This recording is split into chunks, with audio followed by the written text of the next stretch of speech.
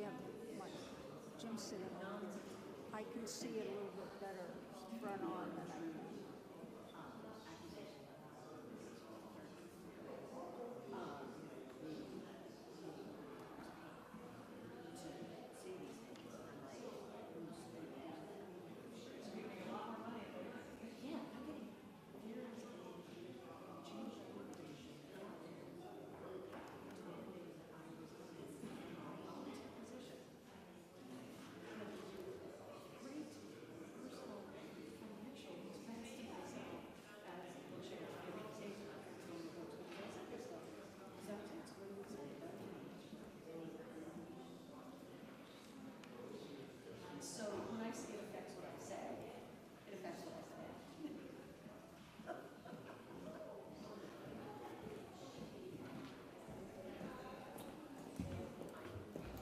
Just lost.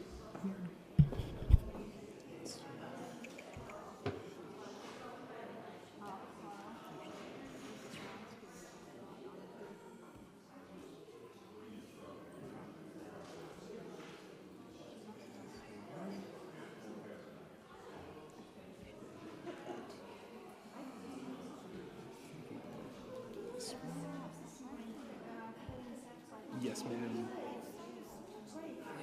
Oh, thank you. Thank you. Thank you. Oh, thank you so much. I love the art. Thank you so much. It means a lot coming from you. Thank you. Thank you. Okay. Yeah, it's like the. So I'm just gonna have to go this way, right? Okay. It looks like it'll work. Great. Perfect. Yay. Is that okay? Yeah. I think it'll be fine. Cool. I Okay. just wanted to test that one slide to make sure it works. Fantastic. All right. Perfect. And then we'll just have. So it might take me a second or two to. So we just click on ours. So yeah, I will need to come up between each one and just switch it around. It'll maybe take 20 seconds or something. Thank you. Thanks for being flexible. So this will happen, and then this will happen.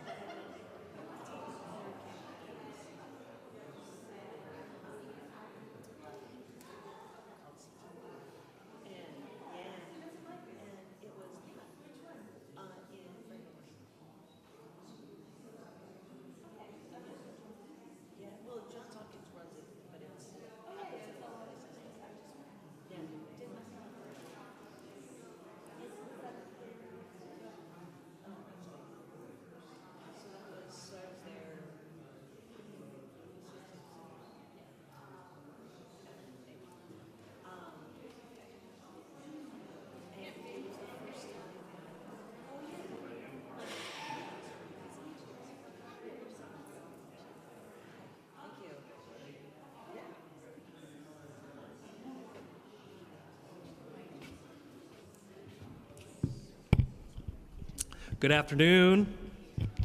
Welcome to Fairmount Presbyterian Church and to this William Birkett Williams Memorial Lecture. My name is Ryan Wallace. I'm the senior pastor here at Fairmount. In a few moments, Karen Dakin, the chair of the William Birkett Williams Committee, will share more about the history and the mission of this lecture series. But let me just say I'm so grateful for this legacy and this opportunity to hear so many amazing thinkers and practitioners in their field, like the ones who are gathered here today. I can't wait to hear our panelists speak on the promises and perils of artificial intelligence, a technology that is becoming more and more ubiquitous in our daily lives. And AI is also beginning to touch just about every sector and workplace and industry in the country also. Today we'll hear from these experts on how that's happening in their respective industries, and I can say that as a pastor, the religious institutions are also being impacted by AI already. For instance, there is a lively debate among clergy about the use of ChatGPT to write sermons. And you may have seen this, but there's even an AI Jesus now. That's right. It's called Text with Jesus, and you can text your questions to Jesus and get real-time responses from an AI Jesus. Now, some critics have quickly labeled these AI tools as blasphemous or unethical, but I think there's a meaningful conversation to be had about the place of AI, even in our religious institutions. And if there's one thing Presbyterians are good at, it's tedious but thoughtful conversations about highly complex questions that need nuanced answers. And that's why we're here today, to have that conversation. Now, before I hand it over to Karen to share more about the lecture series, I'm going to offer an opening prayer. I wish I could say that I wrote it, but actually, it's written by AI. Let's pray. Dear Heavenly Father, we come before you with hearts full of gratitude and awe, acknowledging the incredible gifts of intelligence and science that you have bestowed upon us. In the marvels of creation, we see the fingerprints of your divine wisdom and the beauty of your design. We thank you for the minds you have gifted us with, minds capable of reason, exploration, and understanding. In our pursuit of knowledge, we find ourselves drawn closer to you, the ultimate source of all wisdom. May our intellects be ever guided by your light, and may our discoveries be in harmony with the truths you have woven into the fabric of the universe. Lord, we celebrate the blessings that flow from the wellspring of human intelligence, from the intricate complexities of the cosmos to the delicate balance of ecosystems. We stand in awe of your creation. Grant us the humility to recognize that our understanding is but a glimpse of the infinite wisdom that is yours alone. In our pursuit of knowledge, may we never lose sight of the profound truth that you are the ultimate source of all understanding. As we unlock the secrets of the universe, may our hearts be turned towards you in gratitude and worship. In Jesus' name we pray. Amen.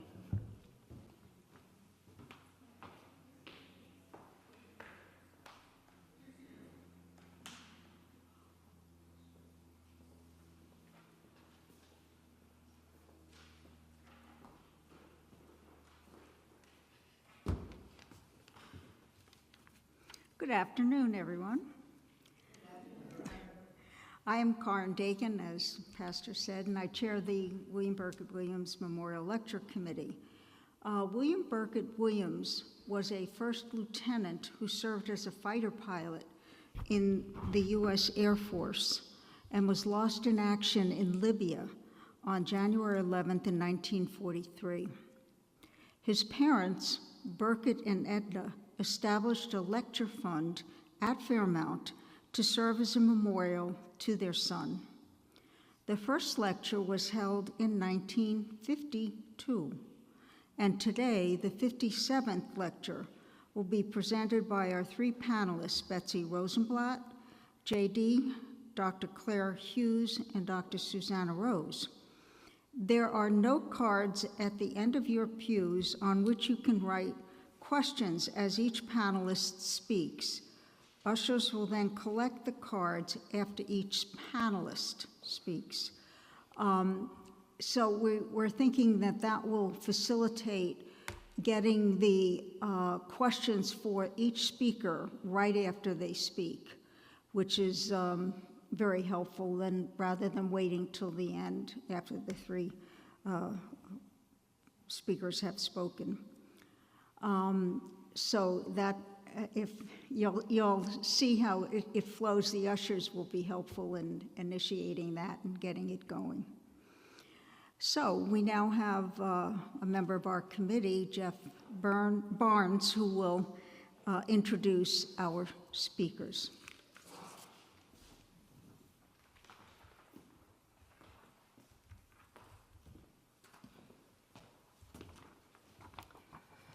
Well, we've learned one thing at least, and that is we should not schedule events to coincide with the Browns game. No matter how dismally they're playing, it does present a difficult conflict.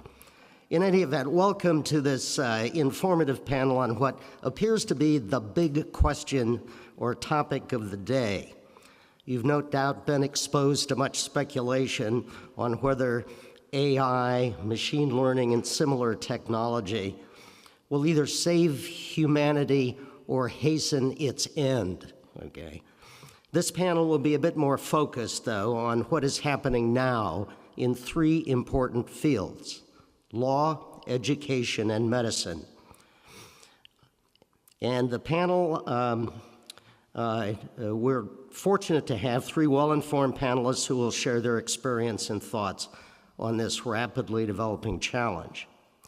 Now, from your left is Betsy Rosenblatt, who Case Western Reserve recently enticed to come to Cleveland as professor of law and co-chair of the law school's Center for Law, Technology, and the Arts, focusing on intellectual property law. With degrees from Williams and Harvard Law School and rich experience in both academe and private practice, Betsy brings depth to both the academic and practical implications of the new technology. In the middle is Dr. Claire Hughes, professor of gifted and twice exceptional education at Cleveland State. I had to look that up. Apparently, twice exceptional is the intersection of both gifted students and those with either disability or neurodivergence. And apparently, Cleveland State is a leader in, I think, the only educational institution to have this formalized as a full program. She's received multiple awards and held leadership positions with professional associations, and her current research includes AI in education. And then to your far right is Dr. Susanna Rose, who was recently spirited away from the Cleveland Clinic as Director of AI and Ethics to become Assistant Professor at the Department for Biomedical Informatics at Vanderbilt University's Center for Biomedical Ethics and Society. With a PhD in health policy and ethics from Harvard, she is focused on the application of AI to the health field. Fortunately, she will keep her home in Cleveland and commute periodically further south. Now, to structure the presentations, we've decided to divide the next hour and a half into two parts. First, we will have the panelists share a presentation of about 20 minutes each, and then the open Q&A sessions. To start things off, we had previously suggested that the panelists consider the following initial questions. Are you using AI in your business, and if so, how? What, if any, current demonstrated benefits have you found? What, if any, risks or burdens have you experienced? Can these be averted, and if so, how? What is the vision of the future of AI in your field?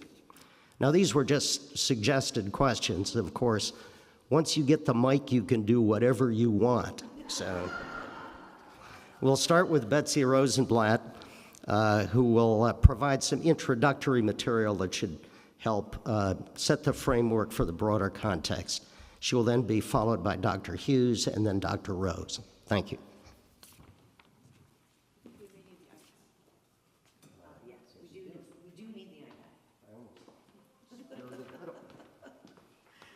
Thank you. I think I should have worn higher heels. So it's wonderful to be here among these panelists. I'm honored and pleased to be part of the august history of this lecture series. And I want the prompt that you used for that sermon because it was lovely, for that prayer because it was lovely. So to talk a little bit about who I am first, just to give a little bit of context for the sort of perspective I'm speaking from.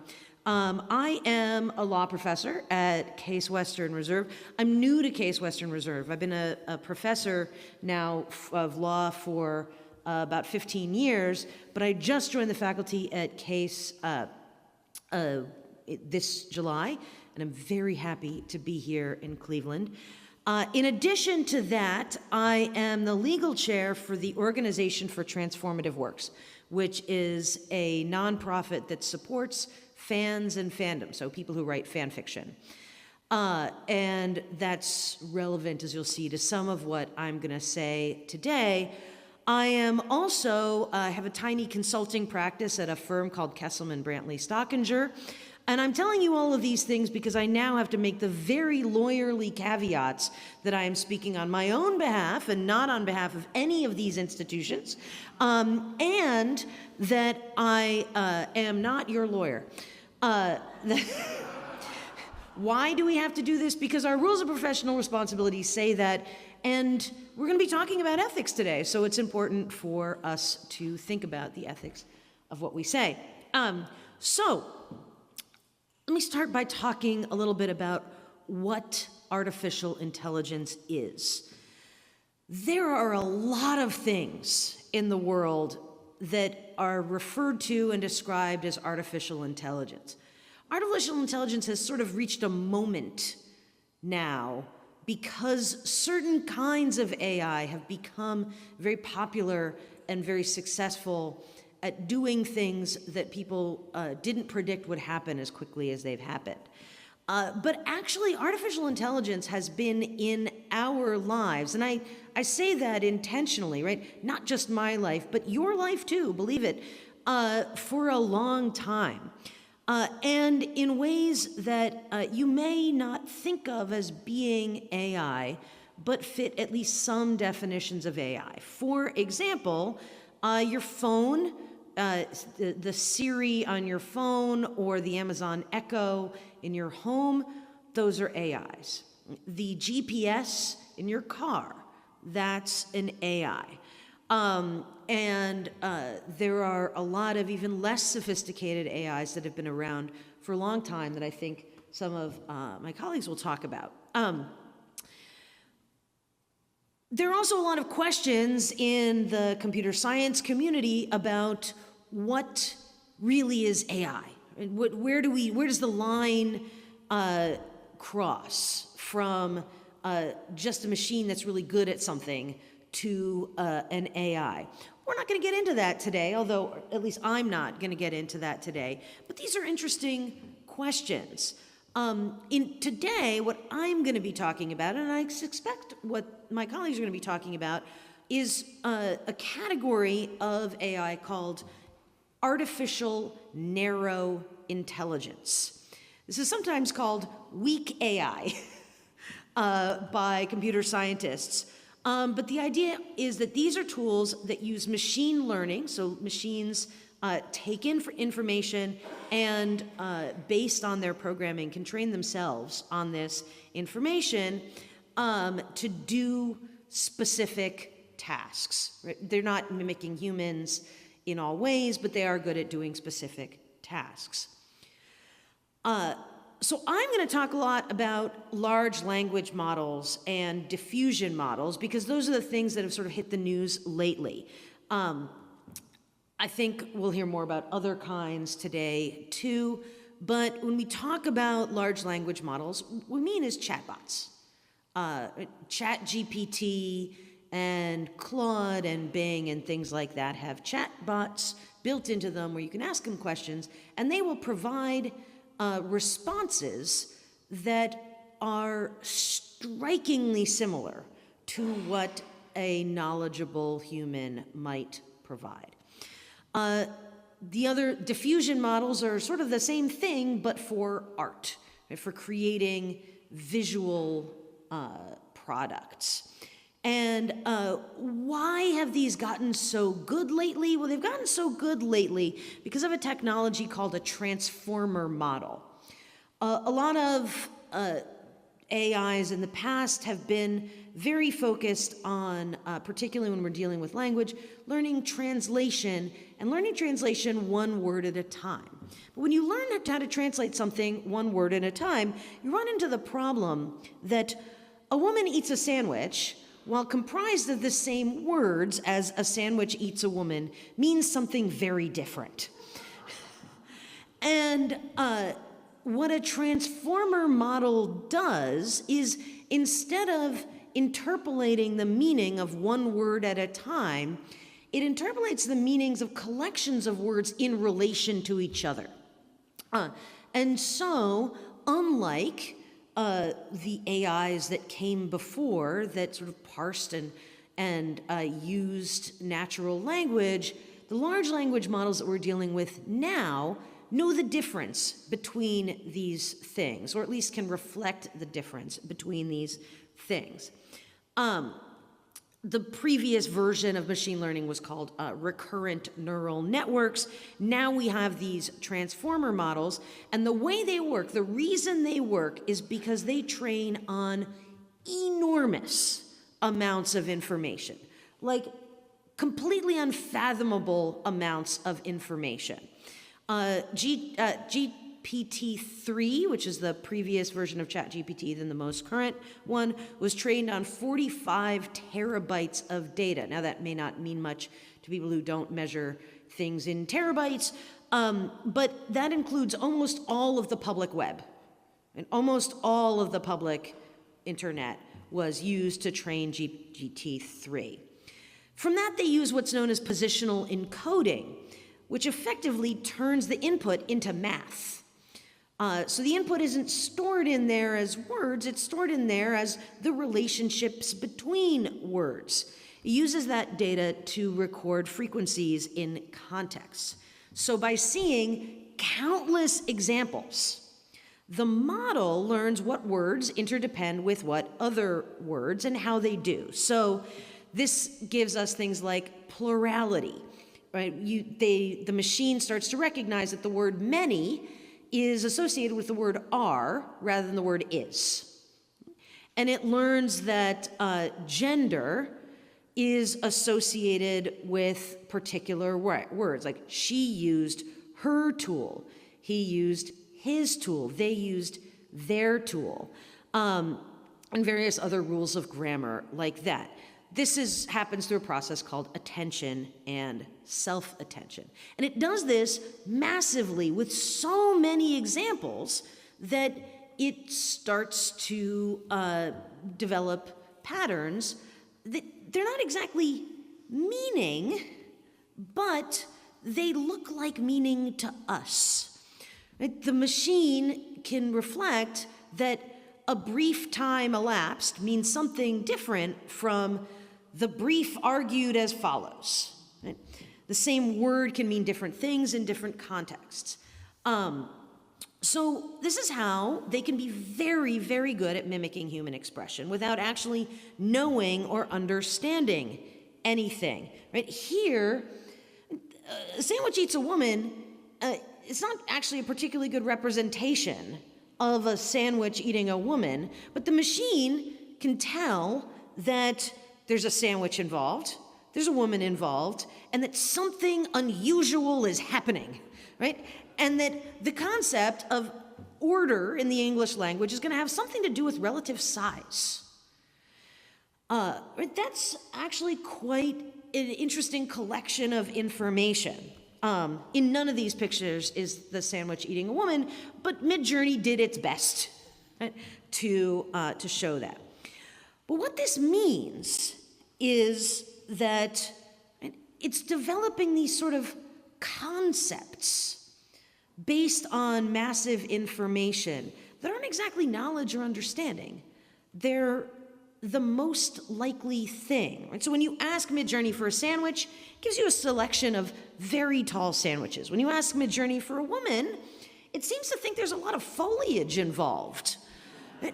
Why? Because apparently women are associated with foliage in a lot of art. Right? When you ask Midjourney for a diagram of how a transformer large language model processes data, it gives you something that looks really cool, but has nothing in common with how a transformer model processes data. Right? It just is a diagram of how things process things. And it understands that transformer models are going to use certain things like arrows and stuff like that. So there's no such thing as truth or falsehood or reality or correct or incorrect when it comes to these models. And in fact, when you ask Midjourney for the very concept of truth, this is what it gives you. There is no concept of truth. There is only more or less likely. And a great developer and scholar of AI, Marie Shanahan, gave the following quote. Suppose we give a large language model the prompt, the first person to walk on the moon was. And suppose it responds with Neil Armstrong. What are we really asking here? In an important sense, we are not really asking who was the first person to walk on the moon. We are really asking the model the following question. Given the statistical distribution of words in the vast public corpus of English text, what words are most likely to follow the sequence the first person to walk on the moon was? A good reply to this question is Neil Armstrong. So we're just looking at what's most likely to come next. Right? That's what AIs do. But they do it so well because they have so much information that they've interpolated. And they do it really, really well. And AIs have been doing really good work for a long time in the legal field. One of the areas where AIs have been doing good work in the legal field is an area called e-discovery. As more and more people store information on machines, you want to get that information for litigation or for due diligence in contract making. It's very expensive and time-consuming and, frankly, not all that accurate to have a tired human reading scores and reams and boxes full of printed-out documents. And machines have been doing this very well for a long time. I like to joke that when I was in legal practice was when dinosaurs roamed the earth, but A, it wasn't that long ago, and B, we were already using AI e-discovery tools back then. Some attorneys are also using AI large language models to practice, in practice, to create early drafts of documents such as memos or requests for information from the other side and contracts. But there are concerns about that make it risky, concerns about client confidentiality and concerns about professional responsibility and concerns about what are known as hallucinations. And I'll tell you a bit about that in a second. So for most applications in the legal field, it's not that much of a time saver to use chatbots, right? But it's a huge time saver and an accuracy generator to use information analysis tools to find sort of what the most important thing in a huge corpus of documents is.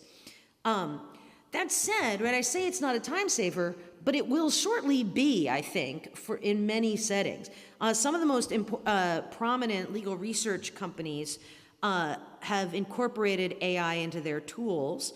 And Thomson Reuters, which owns Westlaw, which is like one of the biggest legal research tools, just paid $650 million for Casetext. Casetext is an AI company that bills itself as being able to review documents, make legal research memos, do contract policy compliance, and a collection of other things that will within a matter of months, be incorporated into the Westlaw service that people pay for when they pay for a subscription to Westlaw. And that will actually help with some of the hallucinations. So let's talk about what hallucinations are. In one well-publicized case, this is just one example, but it really does sort of give you an idea of how things work.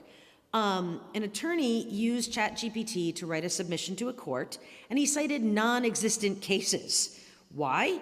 Because ChatGPT knows the format that a case is likely to happen in, but doesn't actually know truth or falsehood or any of those things. And so ChatGPT gave some cases, and he cited those cases, and then to double check, he asked ChatGPT, what are the holding of these cases? And ChatGPT made up more stuff because that's what it does, right? It just answers a question with the next most likely words. The result is that this attorney was punished by the court. This is his public apology. He greatly regrets having utilized generative artificial intelligence to supplement the legal research performed herein, and will never do so in the future without absolute verification of its authenticity. Right? In my field, the question, legal education, these questions are big, but in my field of intellectual property law, the big questions behind artificial intelligence aren't sort of how we use it in our work. They are when it's legal to, and how it's legal to actually make and use these systems. And I'm not going to have time to go into this in great detail, although in Q&A I can go into much more detail. But there are really three distinct questions that come up here. One is when it's okay for a machine to scrape and ingest the contents of other people's art and writing and interpolate them into these massive models without asking permission and without giving credit. These are ethical questions, in some ways more than they're legal questions, but they're huge ethical questions. Legally, they're probably legal, right? To do that without permission because of a couple of cases, one having to do with Google Bush search and one having to do with the creation of the Android operating system, which finds that interpolating data as data is usually what we call fair use in copyright law.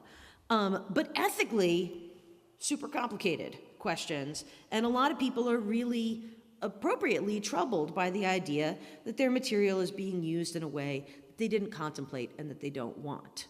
The next big question is when an artificial intelligence generates something that is harmful.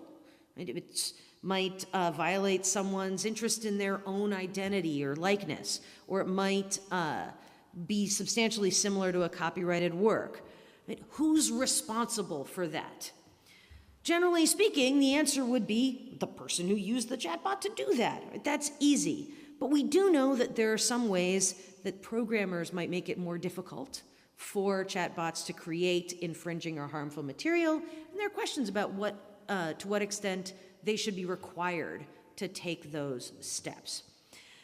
The third is one we actually have at least a tentative answer to from courts, and that is when someone uses AI to generate content, that is to say art or text, who owns copyright in that? And the answer is no one. This happened, there were a couple of cases about this. It's at the heart of the strikes that just ended, by the way, these questions. But there are three cases that I want to mention. And the root for this case is all this one case where a macaque took a selfie, and the court held that you must be a human to be an author. Right? So this macaque is not an author because it is not a human. Well, neither is a chatbot or a diffusion model. And so in this case about a graphic novel called Zarya of the Dawn, the Copyright Office held that anything that was created by the AI rather than by the author could not be copyrighted because it wasn't original to a human author. And in a case about this very detailed work of art where the artist had used Midjourney and put in over 600 prompts to refine it, the court held that because it was not his original work, it was the work of his prompts combined with the randomness and interpretation of the Midjourney tool, it was not copyrightable.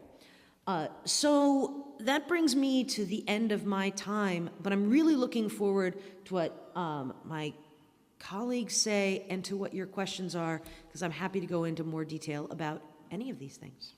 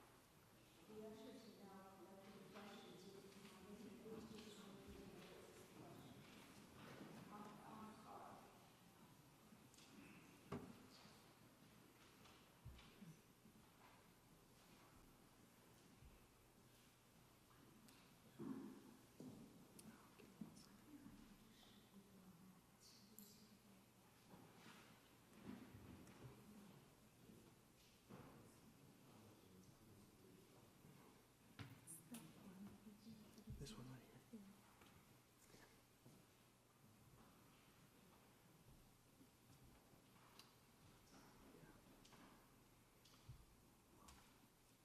Show you some of the things in the report.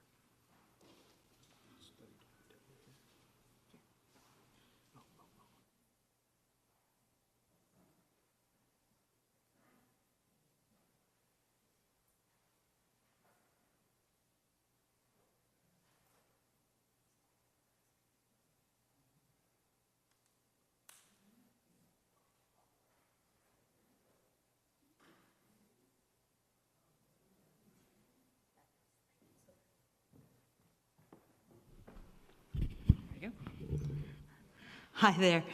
I'm Dr. Claire Hughes, and I'm with Cleveland State. And what many of y'all heard earlier is that my background are gifted children with disabilities, because my whole driving passion has been, how do we teach kids? How do we get kids to grow? What is the role of the teacher in that process of children learning and moving on from where they are? So gifted children with disabilities are probably one of the more interesting and challenging groups to work with. And so that's sort of where my specialty came with. Now, let me see if I can figure out. There we go. So I did not come at AI from, there's a whole field of education, educational technology. There's a whole field there. I am not one of those folks. It's a tool, it's been kind of fun, but I've had very little background in technology until November 30th, 2022. So about a year ago, this thing landed like a rock. And what happened is that my son, who's a junior in college, called me up and said, "Mom, are any of your students cheating using this thing?" And I said, "I don't know. I probably need to figure this out."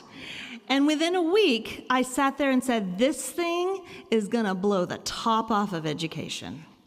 This thing is going to absolutely change what we do as teachers and as educators and people working with children to learn things. Ever since, we've been, the metaphor that I give is that it's been raining Legos on us. Now, this is a constructed picture where I said, have it raining Legos. And so it gave me this picture. And then I asked it several different prompts, and I didn't like those pictures, so I came back to the original picture. But when it's raining Legos, you're trying to avoid getting hit by them, but you're also expected to build something from these. And we're not really sure what it is that we're building yet, because it continues to rain Legos on us.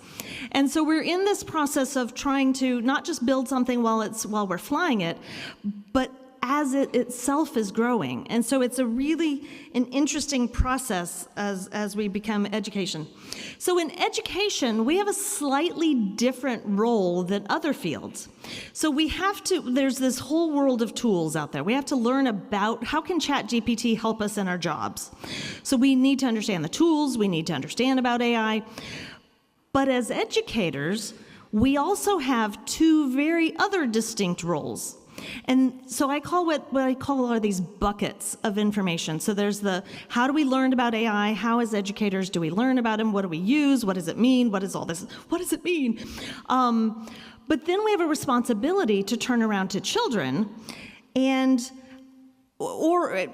because I come from K-12 education, but it's the same in higher education. So whether you're teaching 4-year-olds or you're teaching 84-year-olds, it's the same kind of concept of this teaching piece. There's two buckets under teaching then that become important.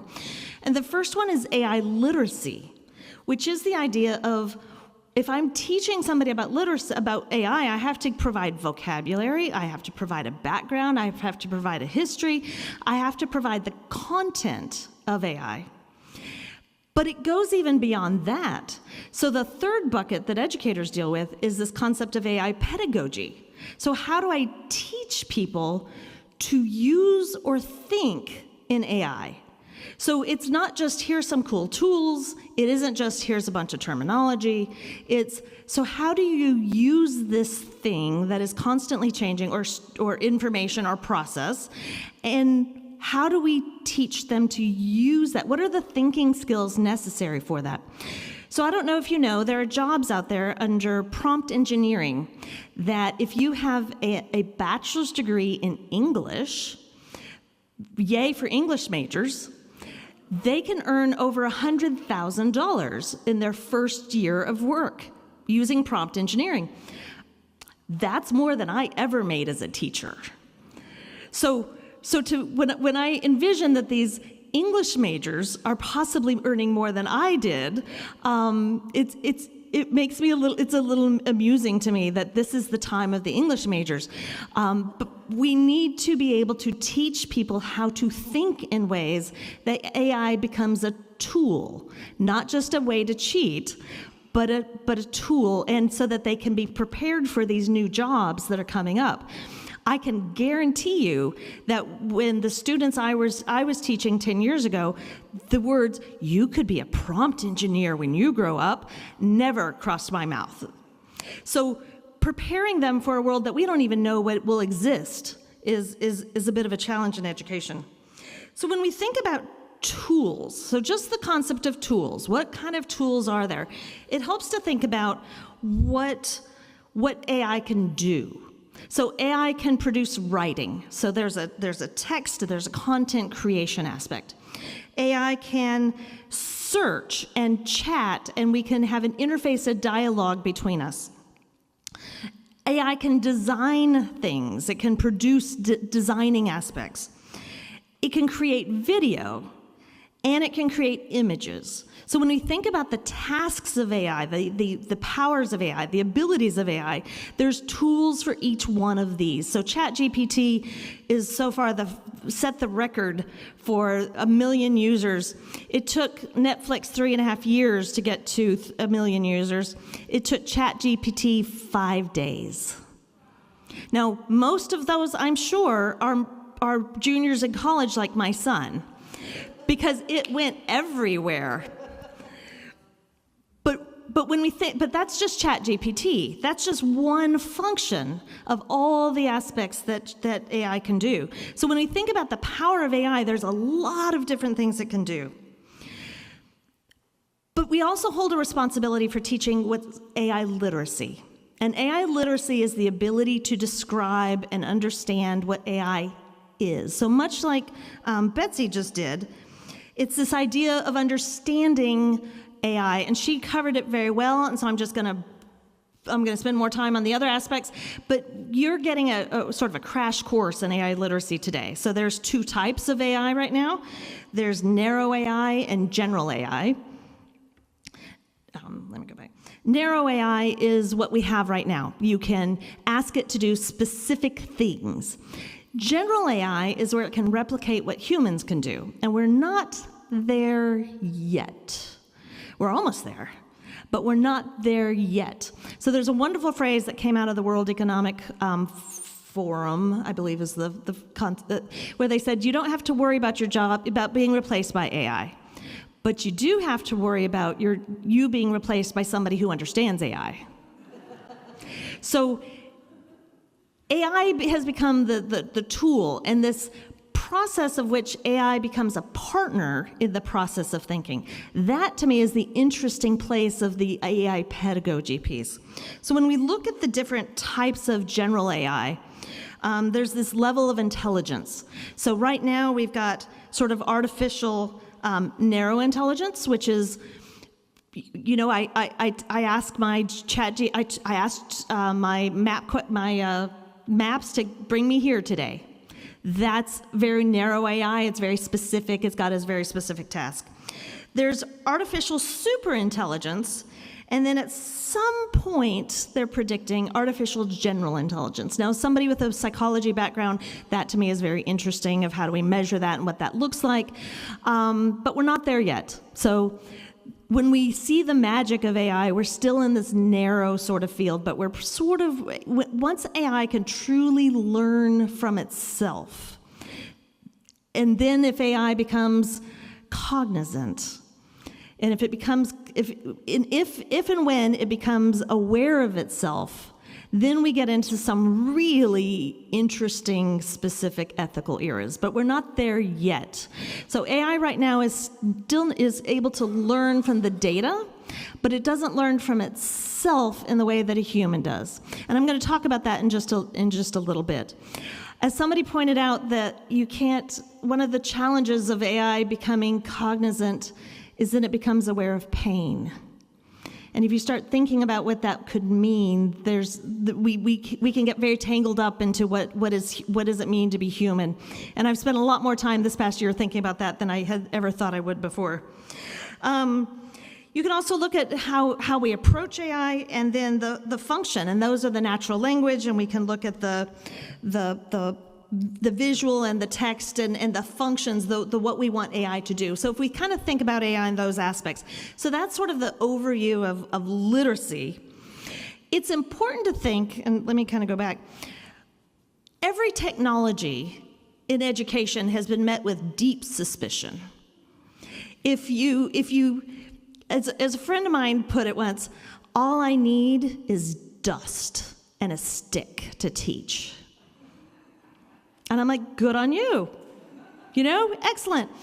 That really is kind of all you really need. But with AI, you can do a lot more. There's a lot more opportunities, but the actual function of teaching doesn't change much. So the suspicion that AI has come about has been fueled by science fiction. It's been fueled by sort of popular culture. And I just wanted to sort of highlight that every time we get a new technology, there are two types of people. Look what it can do. It could kill us. And fire is something that can kill us, but it also is kind of amazing what it can do. And again, we've been here before. Look what it can do. It could kill us. The headlines, if you look up headlines from the late 1800s of the incoming electricity, are really kind of hilarious from our perspective now. Some of it has come true. Our sleep is disrupted. But it is not quite the dangerous place, this dramatically scary place that was envisioned at the time. As recently as cell phones, I don't know many people walking around with brain cancer, which it was supposed to kill all of us within about 3 years. So look what cell phones can do. They could kill us. And so there still is this sort of dichotomy between these two perspectives. And what's interesting is that this marvel that we're having with AI right now is that in any culture, technology is indistinguishable from magic. So we used to have to go to the wonderful orchestra, the wonderful buildings to hear music. You could put it into your living room. And now, I still remember marveling at my phone going, oh, I can have 4 albums in here, and I can carry it everywhere. And now I have access to all of it. My mom is still very upset that she doesn't own the music, though. So the concept of streaming is still one that is concerning to her.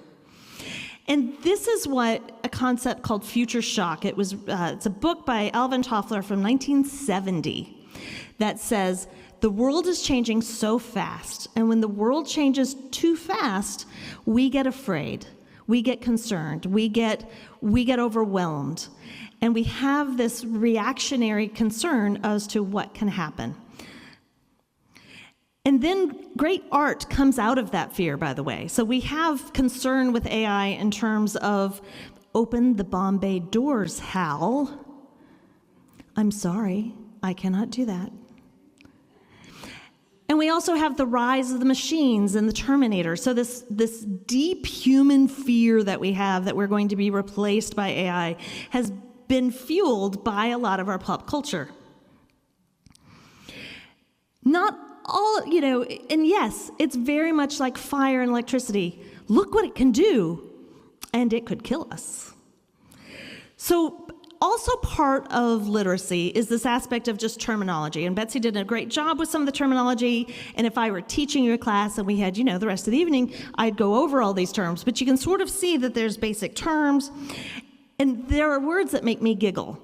So words like hallucinations, I associate more with LSD than I do with computers, and so they're words that have become technologicalized, that have new meanings to them. There we go.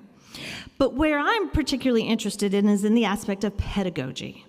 So how do we teach using AI? What do we teach? What is this? What does it mean? It's not just a tool. It's not just information.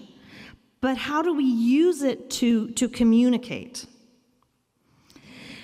One of the first things is to teach the concept of prompt engineering. Like I said, there are entire jobs. English majors are really very good at this. This is a new era for English majors. So if any of your grandchildren are thinking of English, they're going to make some money.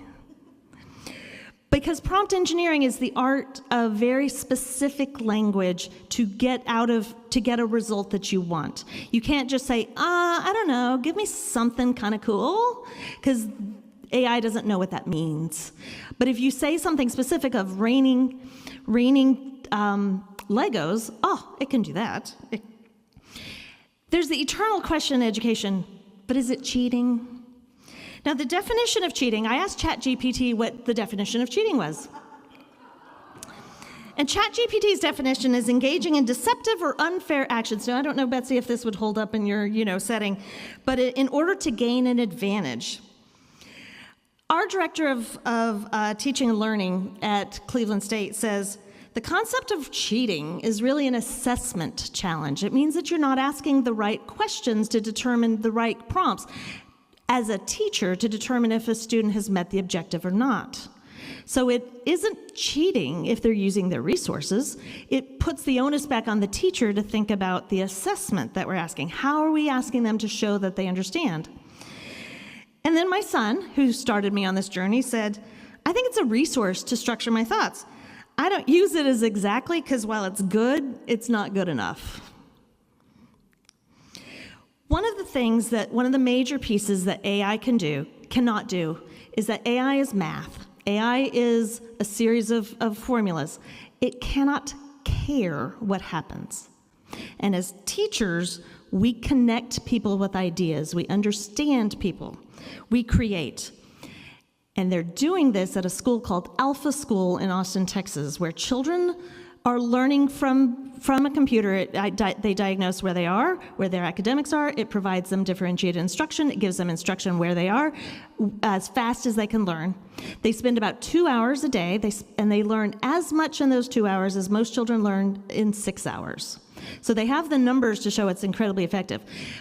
They have teachers whose job it is to coach, to give them goals. So what are you working on? How is that interesting? Tell me what your goal is for today. Tell me what you'd like to do. So engaging kids in their process of learning, but not in the presentation of learning, not in the assessment of learning, but in the connection between the child and their learning. So we're in the middle of looking at a National Science Foundation grant to look at the model of learning, which is what are the skills involved with ChatGPT? And the idea is that we need to teach kids to seek, or adults, whoever we're teaching, to seek information, to select information, to integrate from multiple sources, and then to implement and make it happen. These are not skills that AI can do. AI produces, AI generates. AI doesn't connect and integrate and implement. And as I'm sure my colleagues are going to talk about, there are lots of issues. So I'm almost out of time. The biggest issue is that AI learns from the data it has, which is often in the internet. I don't know about y'all, there's a lot of junk on the internet. There's a lot of nasty, mean stuff on the internet, and it's learning from that. So it's being built in with principles. There are principles being built in that's aligning. They're trying to slow it down so that it doesn't reflect how human we actually are, because it's learning from us. And for my ability, but as I started this, it is a game changer for kids with disabilities. It is a way around that thing that impacts their learning. And that is what I'm so very, very excited about. So thank you very much, and I will turn it over to Susanna. And I almost walked out.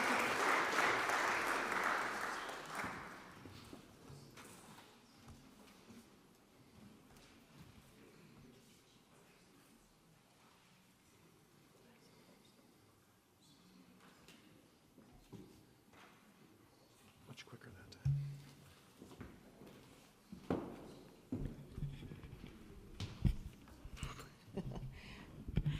So thank you so much for having me here today. I really want to start with a couple appreciations. First of all, my husband's in the audience, my daughter's in the audience, and my mother. My parents instilled in me from a very young age the gift of education. Both are English teachers, English professors, so I love the discussion today, but also the discussion of philosophy and ethics and art. These were very much topics that were of a normal discourse in my childhood, which gave me the foundation for thinking through these difficult issues today. So thank you, Mom, who also just celebrated her birthday this week.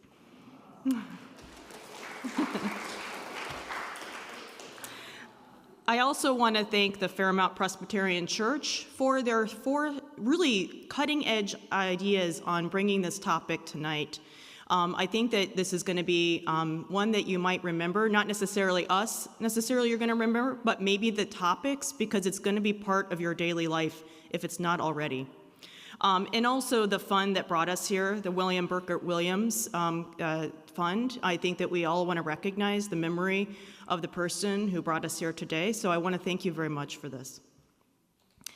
As we also mentioned, my views are my own. They're not of Vanderbilt University or of the Cleveland Clinic or of Harvard, my affiliations. I also am affiliated with Blue Cross Blue Shield Association nationally, so I want to mention those organizations I'm connected with. But my perspectives here are entirely my own. And again, I want to thank you all for all of this. This is the ethics of AI. So I'm an ethicist, a bioethicist, and you guys may wonder what the heck a bioethicist is. What my profession is, we tend to focus on medicine and medical ethics and the decisions that doctors and nurses and many clinicians make in a hospital setting, such as, is it family, it may have different views about what may happen at the end of life or even at the beginning of life. Artificial intelligence wasn't really one of our bread and butter issues in bioethics, only very recently in the last 5 years. And while my colleagues here talked about a lot of the promises, and I am very much part of developing artificial intelligence algorithms within hospital systems. I want to be clear, I'm actually part of the system that helps put these into place. But today I'm going to be talking to you about some of the concerns. So one of these issues is bias. So we just heard a little bit about bias and the data that are being used to program the artificial intelligence algorithms that we use. In healthcare, you may be familiar that there's a lot of research that's been done out there, but very few people of color are part of those research studies. Women were historically not part of research studies. Pregnant women are often not still part of research studies. So things like, is a vaccine safe for pregnant women and other factors, we often don't know because of the dearth of information on these topics. So you can imagine if we're programming large language models or other types of artificial intelligence on biased data, we may be perpetuating the stereotypes and the biases that we currently see already in our society. This is something that I take on. I'm going to talk to you a little bit about what I've done at the Cleveland Clinic, but the ethics are not only of the ethics of the data coming in, but also what do you do as a model developer to try to accommodate or change those types of biases and disparities. This is something very important in medicine, and how we're allocating these things is very important. Let's see if we can go next. There we go. I'm not used to an iPad. Data security. So data governance is also something of concern. So we just heard about how much data are required to be able to program these. Those data come from you. Those data come from all of us, probably from data that none of us even know is being collected, or maybe we do for a general way, if you're using Amazon or Google or any of these types of even if you're buying something and you use your discount card, those data are likely being provided to companies that are then using AI. So the data security is an issue, and in healthcare, this is related to healthcare data. So we have a big concern in HIPAA. We don't want to give data out to people in healthcare without permission. But one of the interesting ethical issues now are what data are healthcare systems using to give you healthcare, right? Is it ethical for healthcare systems or insurance companies to use credit scores, for example? We don't have any rules that currently exist about what data are actually being derived in order to make medical AI. Okay. Use of new technology. We'll see how this goes. There we go. Swipe, swipe, swipe. Surveillance. We probably have cameras in here. I didn't ask, but there are probably other people listening. So surveillance. You know, I was just talking to my colleagues that I said the word business school the other day. I'm not associated with a business school currently. I don't go to business school. I've never been to business school. But all of a sudden, after I mentioned the word business school, my iPhone had in my Facebook feed, Weatherhead School of Business, MBA for you, right? Coincidence? Probably not. Black box. So you guys may have heard of this. Black box is something that AI models sometimes can't tell you why they know something. They might be able to say, oh, this person is at high risk for diabetes. And you might say AI or Siri or whatever name you want to give it. Why? It doesn't know. It can't tell you because the inside workings of some of these programs just don't have the ability to be transparent about how it's learning. Now, in medicine, this is an interesting criticism because we often don't know how many of the drugs we work, right? If somebody asks you, how does Tylenol actually work? We don't really know. It's a black box. So it's an interesting parallel that we may want to keep the same standards for the types of information and tools that we're using. So patient perspectives. And I'm really more curious here to hear about what you guys think about this stuff than what I can tell you. But patient perspectives are very interesting on this, and this is the type of work that I do. So I do a lot of work with the public and with patients, family members, doctors, data scientists, nurses, and how can we actually implement artificial intelligence in the best ways to meet the patient's needs. So in some of the research that's been done, this is done by my colleagues at the Mayo Clinic, who is another supreme organization in this area, and they completed various focus groups and looked at patients' perceptions of artificial intelligence. And many people are very interested and excited about this. However, some people are concerned about, and I think that this is important, these aren't experts, these are patients saying this, they're concerned about AI safety. Because if an artificial intelligence is helping guide the healthcare of individuals, what if they make a mistake? What if they say something or direct a doctor in a way that's not actually in their best interest? So one of the ways artificial intelligence is being used in healthcare is helping clinicians understand which patients might need their care right now, urgently, right? Sort of prioritizing. Because there's so many bits of information, it's too much oftentimes for one doctor or one team to be able to take in all that information. So it can assist with this, but how those inputs are actually going in might come out in different ways than we're used to. And we need to make sure that we're testing this. The limits on their choices. So you're getting discharged from the hospital and yeah, is it not showing up? So you're getting discharged from the hospital and your doctor says you need to go home, or you need to go to a nursing home, or whatever the case is. It might be different if they said, well, the artificial intelligence said that you need to go home, right? And I can imagine my mother in this situation. My mom would be not too pleased. This infringement of choice is something that I think is a big concern. And the iPad is now locked. Oh, there we go. There we go. So another concern of increased costs, insurance premiums, and also data bias and security. So people are rightly concerned, I think, about the correct issues. As you notice, they are very similar to the things that I talked about. One big concern, though, is that a lot of these perspectives are from largely white and upper class communities. We need to observe and get input from all communities, not just continually bias the data that we have currently. So I've got some ideas for you, and I'm kind of glad I'm going last because I'm going to be kind of practical with y'all. So addressing patients' challenges. One of the big concerns I see right now is that artificial intelligence products are often serving the needs of large data companies. They have products, and they're like, oh man, healthcare, it's like, 1/5 of the GDP of the United States. Let's take this and move it to healthcare. Well, that's great. There's some great technologies, but they're not necessarily serving the interests of healthcare organizations, doctors and nurses, and maybe not of patients themselves.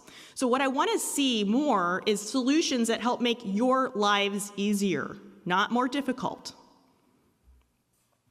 We obviously need to improve patient outcomes, make people healthier. We need to reduce burnout in medicine, which I'm not going to go into, but burnout is a big concern right now in healthcare. And technologies have historically perpetuated and made that worse. They have not made it better. So the whole promise of electronic medical records, where you're going to be so much better, you're going to spend more time with your patients, you're going to be home with your family, and it's done exactly the opposite. There's a big fear among healthcare organizations that this may be another situation like that. I also believe that we need to have empathy at scale. So what do I mean by that, right? Empathy at scale. What I mean by that is healthcare systems have become much more depersonalized. We do not have relationships like we used to with our providers and with our doctors and with our healthcare teams. One of the big concerns is that AI is going to make that worse. In fact, I had lunch with some of my mom's friends yesterday, and this was something that was a very big concern among this group. However, it's interesting that right now, some interesting studies have come out and being published that artificial intelligence is often perceived as more empathetic than a human-doctor communication. Surprising all of us. So this may be not a good mark on our physicians, but what's interesting is that imagine all those messages that you're sending on your MyCharts or your family is, this is a lot of information flooding into healthcare teams, and you can imagine how they want to answer all of these things, but they can't do that necessarily as a human person can, right? So an AI actually can develop much more empathetic sounding responses back to people, and in randomized trials, actually patients preferred that kind of communication. It can also maximize efficiencies. You can imagine in a large, let's say a large situation like what we had during COVID, where people had to be whole systems, and not just one system, but we had to coordinate healthcare among our entire state, if not the nation. The amount of millions of data points that were going in were really helped by algorithms that helped analyze those data to know how we could best allocate resources.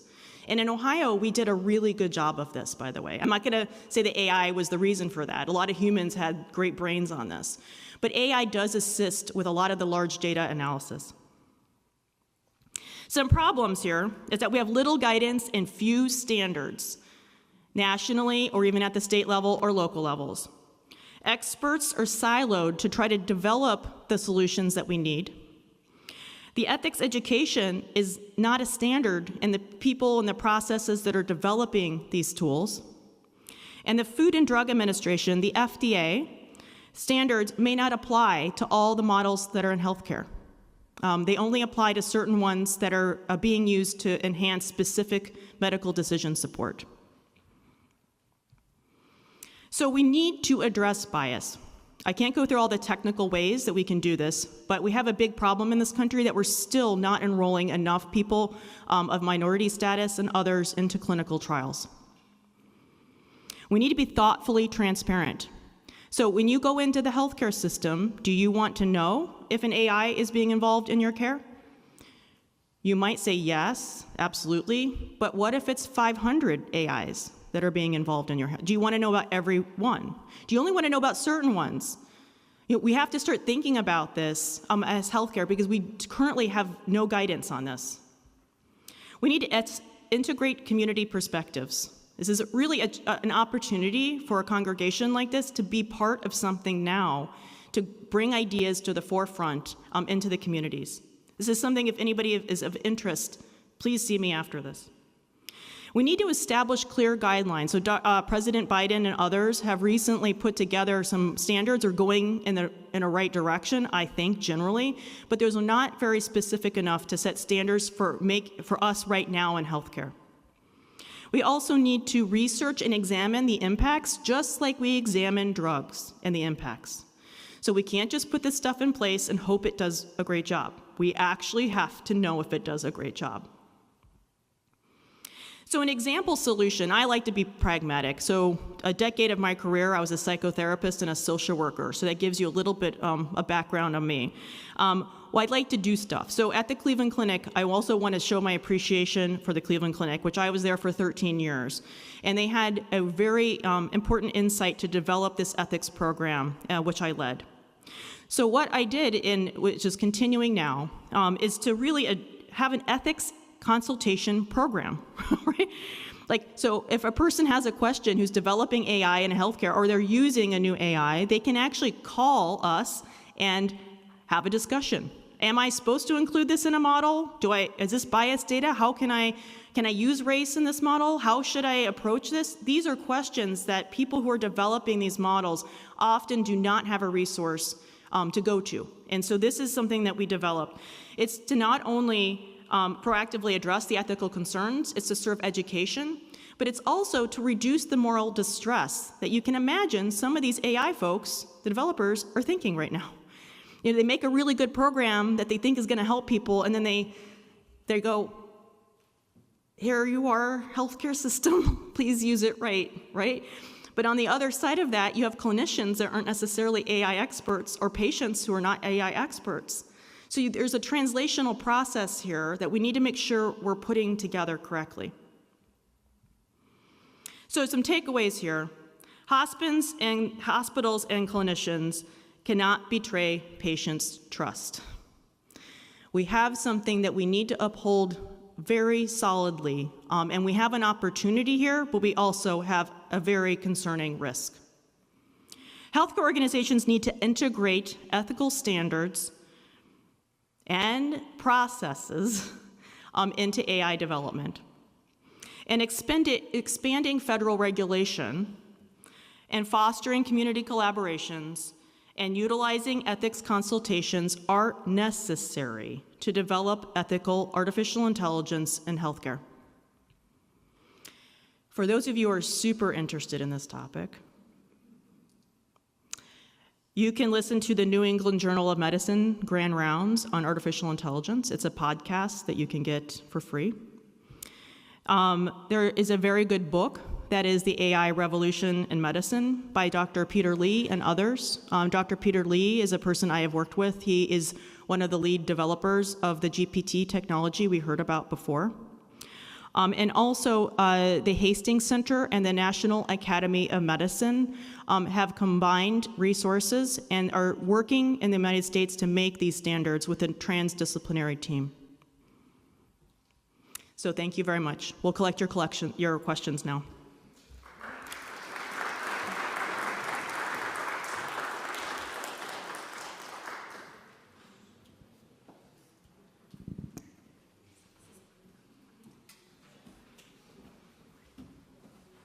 Well, we've collected a number of questions, and I guess more are coming in, but I'll get started with the first one, and some I think are aimed at individuals, but don't be restrained by that. If you have anything a few cents to toss in on the topic, please do. Here's one I think for all. The questioner says, I work in IT. Almost every vendor advertises an AI service. I'm guessing this is 98% hype. How long until AI does touch all of our lives? We passed that. AI touches all of our lives, for sure. Mostly it touches our lives in ways that we don't notice and find convenient. And I think what's interesting about the sort of rise of services advertising that they use AI is that it's not new. They've been using AI for a really long time, but now it sounds hip and cool. And before it didn't, right? And that's really the only difference. But I think that the AI that a lot of these services are using is not, I don't want to say it's not sophisticated, it's deeply sophisticated from a computer science standpoint, but it's not the sort of AI that I think most ordinary people would think of as intelligent. And right, so something like the GPS in your car, which is extremely useful, is using data to come up with optimized results. That's AI. Is it AI in the way that I think most people think of as scary? No. And I want to be clear that a lot of people don't think of AI as scary, right? But that sort of idea of, like, has it intruded into everything is, I think, needs a little bit of nuance to think about. So, I grew up in the mountains of Colorado without running water or electricity till I was 6. So I have come a very long way in technology. And I can tell you that AI has been around a very long time. It's to the point that we're noticing it now, and it's hip and it's cool, and people are selling products because now you can buy an AI product. But I remember the first time Amazon gave me a picture of I think a scarf that was like, wouldn't you like this scarf? And I'm like, why, yes, I would like that scarf. That's been AI. That's kind of where it's, but I'm kind of interested that there's nobody from business here, because we're all in different fields that are very person focused. And business has a very slightly different cast to it. So it's impacting our fields, but in very different ways. So It's just we're seeing it now. Well, apparently I'm going to business school, so. Well, you are now. Yeah, the AI knew it before I did. In healthcare, actually, we're not using AI as much as you think we might be. So there's, right now, there are some models that are being tested, but I would say within healthcare, you're gonna see a little bit slower diffusion of this technology in general, because we do want to actually assess it, and we have to follow certain rules and regulations, much more so than I'm not an expert in every other industry, but healthcare has a lot of regulations. And so we're very reticent to implement things that we do not think that are gonna help people. So the make, S-H-I-T, and break stuff and all that kind of thing, like that's not the perspective in healthcare. And I think you're gonna see a lot more conservative adoption of this within healthcare. Okay.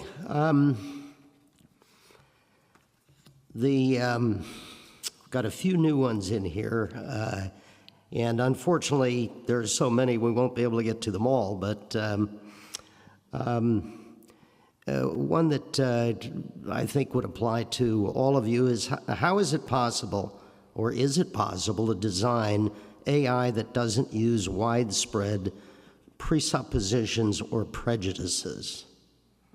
With a parenthetical additional comment, the view that AI can teach us epistemology is paradoxical. Okay.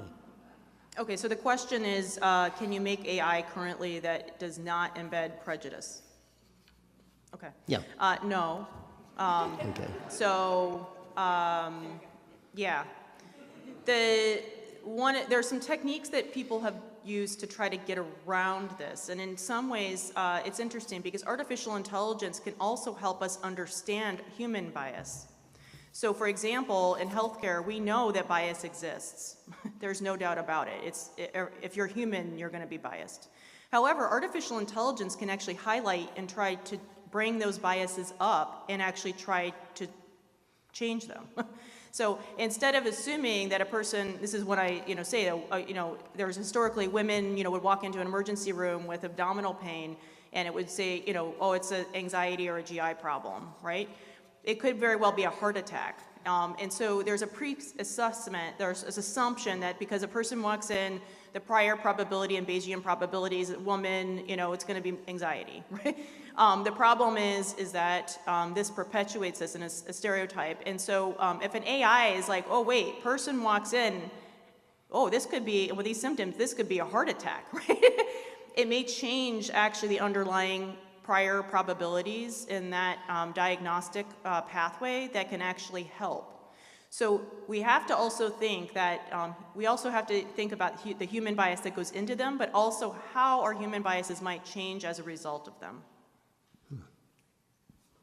There's an issue called alignment, which is the alignment with certain principles.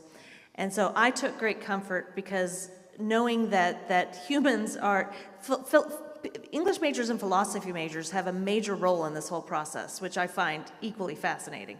But there's many of the ChatGPT has alignments at the very basis of like the United Nations human rights principles, for example. So if it comes to the logical conclusion that, well, you just kill the people in the way, it's a safeguard built in that it says, no, human life is valuable. You don't kill people. So there are some of those principles that are being built in. They're not hard. They're not hard in there. That's part of the reason why the White House has come out with its statements. It's part of the reason why so many of the AI developers have asked for time to stop and build in some of these ethical bias issues to make sure that humans don't mess it up. And one of the reasons the answer is no so categorically is the very concept of AI is the application of prejudice to principles.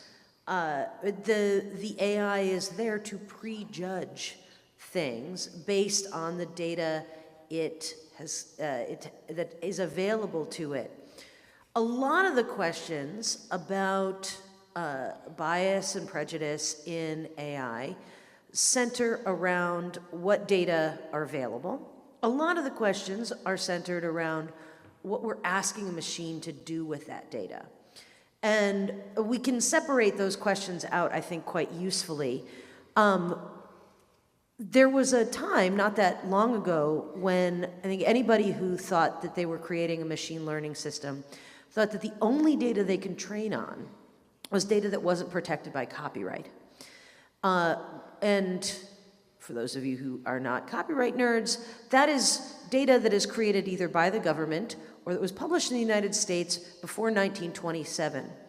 As you can imagine, these corpuses of data have different biases than we might expect them to have now. Lots of natural language models, for example, simply could not conceive of the idea that a doctor was not male. The word doctor could not be associated with female pronouns. Here we are at a table of highly educated 2 out of 3 doctor women. I'm only not a doctor because a JD isn't really a doctorate, right? But there you go. But that's still doctorate. Anyway, right? So using the broadest possible corpus of material will, in some ways, reduce bias. One of the things that's potentially exciting about the idea that AI is training on fan fiction is that it means that AI is learning notions of gender and sexuality that it wouldn't get from other corpuses of material. On the other hand, right? The world is a biased place, and merely having more information does not necessarily mean that you'll have any less biased information. Humans are terrible at a lot of things, and one of the things that humans are terrible at, for really good reasons, is dealing with things that they haven't trained themselves to expect. And AI is no better at that than humans are.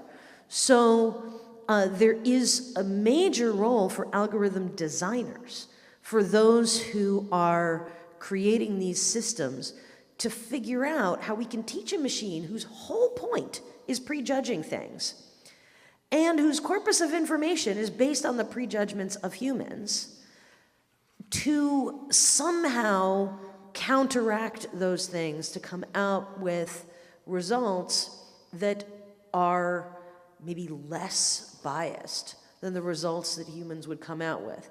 And if you're thinking about things like how to get from point A to point B on roads, sure, the machine might be pretty good at that. But if you're actually coming up with more expressive things, or things, for example, like whether somebody is likely to recidivize in the criminal context, that's a task that is extremely difficult and possibly technologically impossible. The next one here, again, I'm flooded with questions, so I will suggest that if I don't get to yours, you'll be around for a little bit afterwards. Some of them are highly specific. So this is a broader question, and that is, how do you anticipate that AI will affect employment, especially for those without college degrees? I'll go on this one because that's what education's all about. The telephones were automated in the late 1800s. The highest number of jobs for switch operators was in the 1920s, after the technology had been invented, but it hadn't been implemented yet.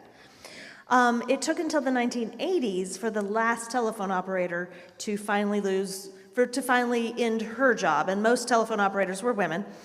And so there was this big question of what happened to all the telephone operators. Well, their jobs became replaced by other entry-level jobs that the technology had helped facilitate.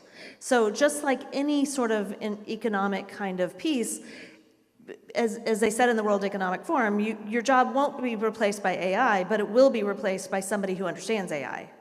So it is that as old jobs fade, new jobs come on. I can guarantee you that when I'm sitting there asking a 4-year-old, do you want to be a prompt engineer when you grow up? That job won't be there. There'll be a different job when they're grown up. I don't know what that is. And so in education, we're preparing them for a future we don't know, which is very, very interesting. But we've been preparing for futures forever. So that's what education, the magic of education is that we are always preparing them for jobs that don't exist. And just in a nitty-gritty way, quickly on a nitty-gritty way, a lot of things that we think of as preparatory work now that are done by people who do the prep work for things will, for example, in law, will be done by machines. But machines will never replace lawyers. They'll just make it so that lawyers do different things. And I think that's true in almost every field. A lot of the stuff that can be done by machines will be done by machines, and that means that the nature of the work will change.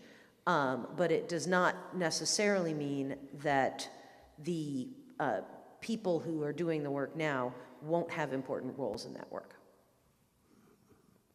Can I give one more example?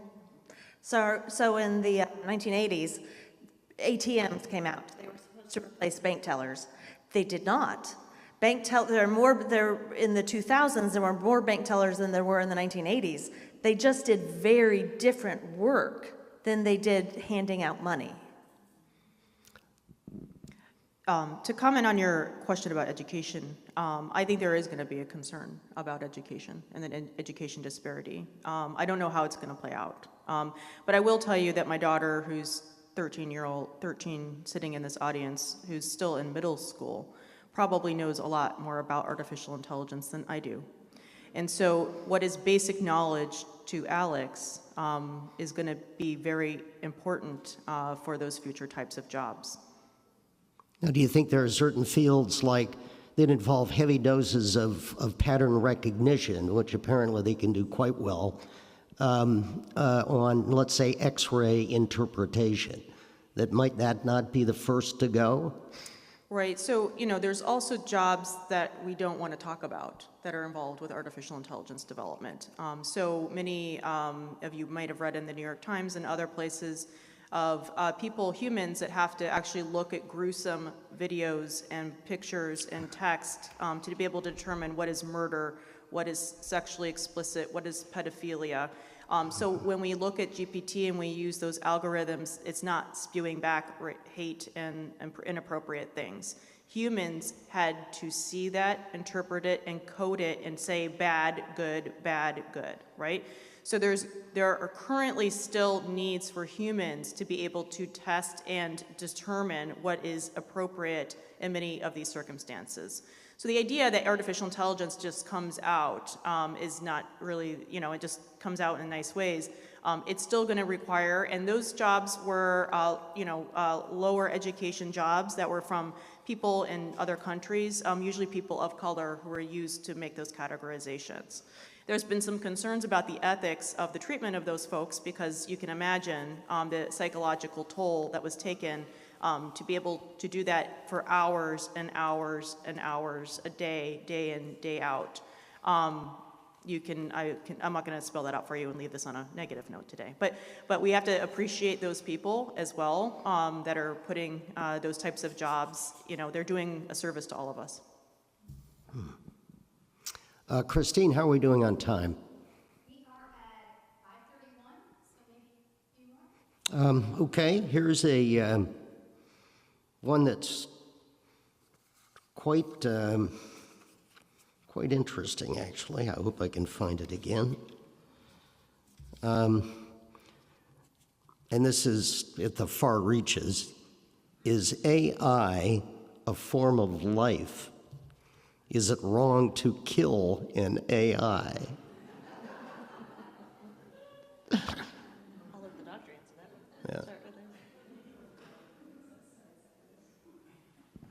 Well, my daughter's going to kill me, but I'm going to do it anyway. Yeah. Here comes Alex. So Alex, we used to have an Alexa in our house. I say used to because my concerns about surveillance and other things have prevailed. And my husband had many Alexas before we got married, and they are not also in our house. However, when I was really starting in this field, I asked my daughter, Alex, and I think you were maybe like 9 at the time, and Alex had an Alexa, not to be confused, in her room. And I asked Alex, and she's always up there telling jokes with Alexa. It wasn't even that good back then, but Alex loved it. And I was like, Alex, who is your best friend? Is Alexa your best friend?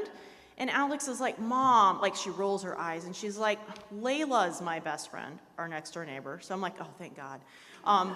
And I was like, but she's like, but Mom, Alexa is my second best friend. That actually sat with me for a while, right? Because Alex knew that Alexa wasn't real. She knew that, I kind of asked some follow-up questions, as I hope any good parent would. But what Alex said to me was that, there is this concern that it may not be human officially, right, but there's a very much a connection that people can make, and I do myself. I call GPT, I don't call it. I call it, Mike, man, GPT said the best joke today. I have a relationship with GPT in this not quite human way. And so I think that there's some great work in the literature, but also in the public media that have really explored this topic, including the movie Her, which I think if you haven't seen it and you're interested in the topics of how AI might form relationships with people in ways that are really interesting ethics on this idea of, because the way I'm answering this is that to kill something has to be alive. So is it alive? And what do we mean by being alive, right? And what do we mean by a relationship? And so I think that these questions are really, Alex, at 9 years old, really started me thinking about this. I think that this is something we actually need to consider, and other consciousness is required in order for something to be killed. I've been pondering a lot about what it means to be human, and what happens when you have the biological internet, the biological technological interface. So you may have a pacemaker that is keeping you alive. You may have different parts, prosthetics, and so we're already integrating technology into our bodies. What happens when, and science fiction has been fabulous for this, of uploading your soul into a machine, uploading your memories into a machine. So I think it's a fascinating question that, unlike, can we get rid of bias? No, that's an easy question. Is it alive? Not yet, but that space between what is alive and what is machine, I think, is thinning, and it's a fascinating process. It's one that creates fear, but at the same time, if you've got a prosthetic, your life is enriched by this process. If you've got a pacemaker, we're so glad you're here. And so I think it's that gradual process. I don't think we need to fear it at this point. But we do have to have the alignment. We do have to have safeguards. We do have to have cautions. We have to be aware. And I think just the awareness itself is an issue. So I have a slightly different perspective on this, I think, not inconsistent, but maybe slightly differently, because law has ways of answering these questions that aren't based on our moral intuitions, right? Our moral intuitions are very powerful and don't always align with the way that we think about legal questions. And that doesn't mean law is wrong. It means that law uses different systems than our intuitions. Law has already thought a little bit about this question and has come to the definitive conclusion that artificial intelligence isn't human. It just isn't. Even though corporations are eternal and have First Amendment rights. So No, so this is actually this is a big point in law. There are different kinds of people in law. A natural person is a human being. A corporate person is an agglomeration of human beings. And we have different ethical rules for how we deal with natural persons versus how we deal with corporate persons. And I think we have lots of ethical questions about animals and the extent to which animals are afforded similar ethical responsibilities to humans. And the answer is usually there are some, but they're not the same. And then I think the result is very similar with artificial intelligence. And one of the reasons why we don't have to think about this yet is because artificial intelligence simply isn't cognizant, right? And so, it's very good at mimicking cognizance, but it isn't cognizant. And so law has an answer for that in ways that other ethical systems haven't thought about yet. I will say that the moral questions behind this are going to be answered very differently for very different people, the same way that very different people are going to answer questions about animals differently from each other. And so I think we have a future ahead of us of ethical and moral debates about this rather than a set answer.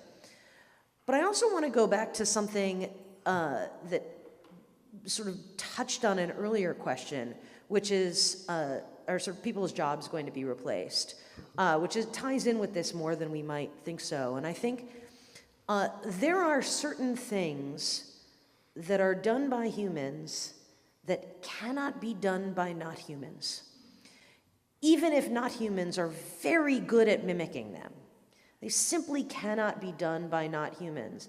And I think that caring is perhaps the central one of those. A machine is really good at pretending to care. It's really good at mimicking what caring looks like and sounds like. But it can't care. Now, that doesn't mean that we shouldn't treat machines with respect in our communications with them. It doesn't mean that we shouldn't have ethical and moral commitments to them. But it means that there's a fundamental difference between a mechanical person and a human person. And the fact that my mother has a cochlear implant and is therefore fundamentally a cyborg does not make her any less of a person. Right? It just means that she's a person with a processor in her auditory nerve. And I think that distinction is one that law will always perhaps have an easier time of making than morality. But your work, right, your creativity, your caring, your self, your pain, your joy will always be yours. And a machine can never take that away from you. And to which I say, amen. I could listen to you all night long. I've found this incredibly entertaining. Can I just say one Yeah, more thing? please. So, for a decade, I was a psychotherapist, and I thought my job as a psychotherapist would never be replaced by AI. But what we're finding is that I have a little bit disagreement, is that care actually, for a lot of people, actually is better by artificial intelligence than humans. So there's been some interesting studies that people with PTSD, we're thinking of the people of service that have given their lives for this country, then also the people who have come back with very significant psychological trauma. And what we have found is that sometimes an AI therapist is better than a human, because people who have such trauma don't want to traumatize more people with their trauma. And so talking to an artificial intelligence is actually to some of those people, actually better. So when we think, I always think about this, I always thought my psychotherapist job would be completely safe, right? And I don't know if that's true anymore. And so as we think about care, I think I have a much broader perspective about what these types of relationships can be and what care means. And I'll stop there. Thank you. Well, as I said, I could listen to this forever, but for your sake, we should wrap it up. And I should also observe that since we're in this location that is often focuses on miracles, I should note that the Browns won 33-31. So thank you so much for all of this. And I've neglected a number of very good questions, but if there's a chance, they might still buttonhole you before you leave. So thank you again for all of this.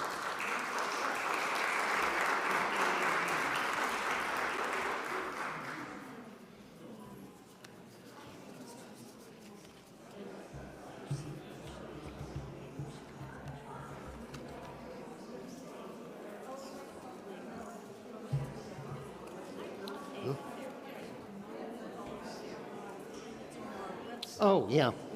Go ahead.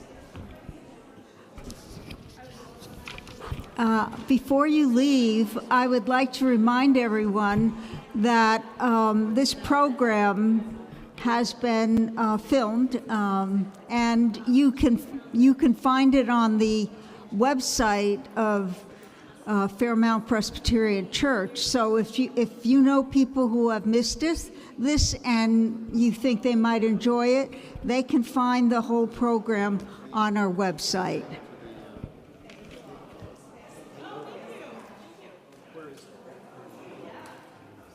That was fabulous. Well, oh, yeah, I have the directions here. No, I have to, well, I was going to do it.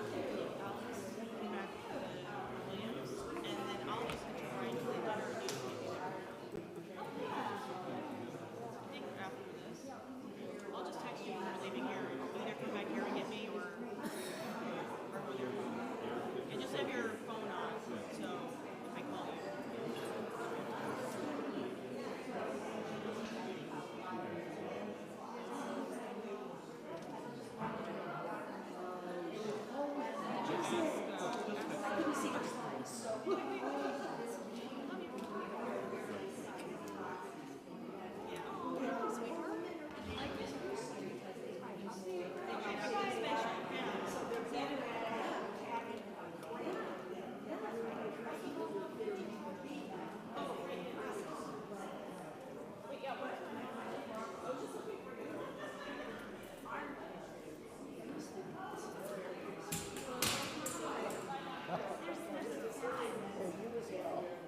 How do you like the new gig? Good. Well, it's good to have you in the hood.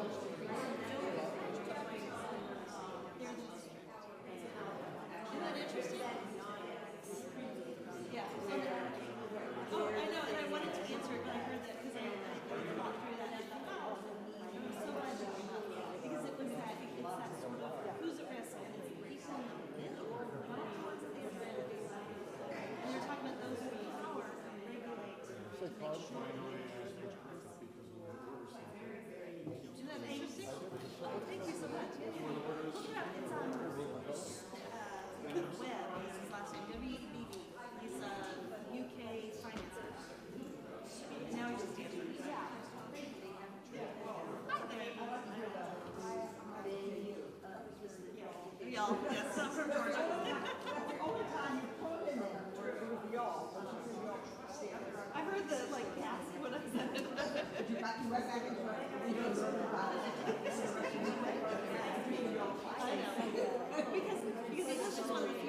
is that doesn't have a plural U. And it is an inclusive plural U, absolutely. No.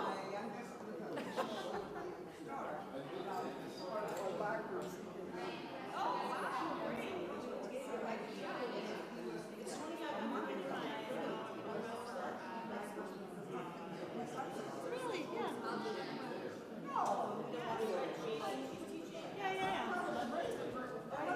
Yeah. He's smart.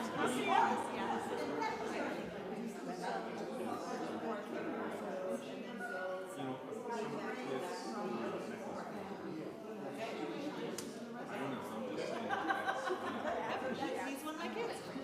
He's coping, but he's struggling. There's a lot of struggle. And then this one, Are you thinking? I think that's just great. yeah, that's it. Okay. I just want to make sure.